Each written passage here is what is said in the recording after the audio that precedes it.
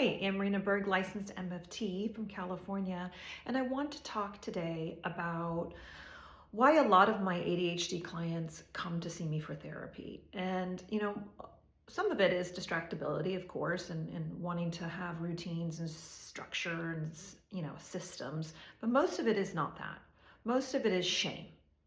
Shame, lack of self-esteem, and low self-esteem, low confidence, all of that, and emotional trouble regulating emotions. And, ADHD is just, the distractibility part is a piece of it, but it's definitely not the major part of it. And I did a previous video here about how ADHD is now being talked about as really an environmental situation that occurred when you were an infant or a toddler.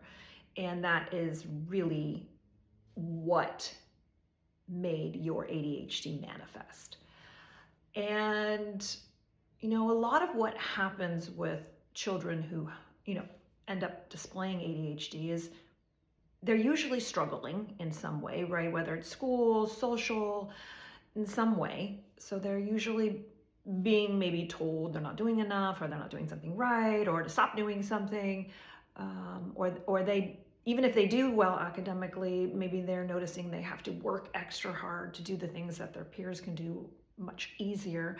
So they think they're dumb, or there's some sort of struggle going on there, right? So they develop, insecurities and shame. And so that's one of the biggest things that I tend to work on with people, is healing that part. And the interesting thing is most of my clients are actually above average in intelligence. Even if they didn't do well in school, which is not really a predictor of your intelligence, but they usually are. They're usually very, very bright. And they just weren't given the resources to understand what was happening, or for maybe people in their life to have compassion. And even if there was, loving parents, supportive parents, sometimes that's not enough, because there's school, there's peers, there's other factors that come into play in people's lives that affect them. And people with ADHD, again, we haven't isolated a gene for ADHD, but we have isolated a sensitivity gene. They are sensitive to stress. They are sensitive to criticism. They are sensitive to trauma. They are sensitive to life, to things. And I think as a parent and as a teacher, I think it's important to know that you can't approach these children the same. You can't discipline them the same.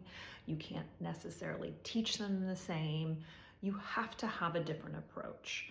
And, they need validation, they need compassion, they need kindness, and some flexibility. Thank you.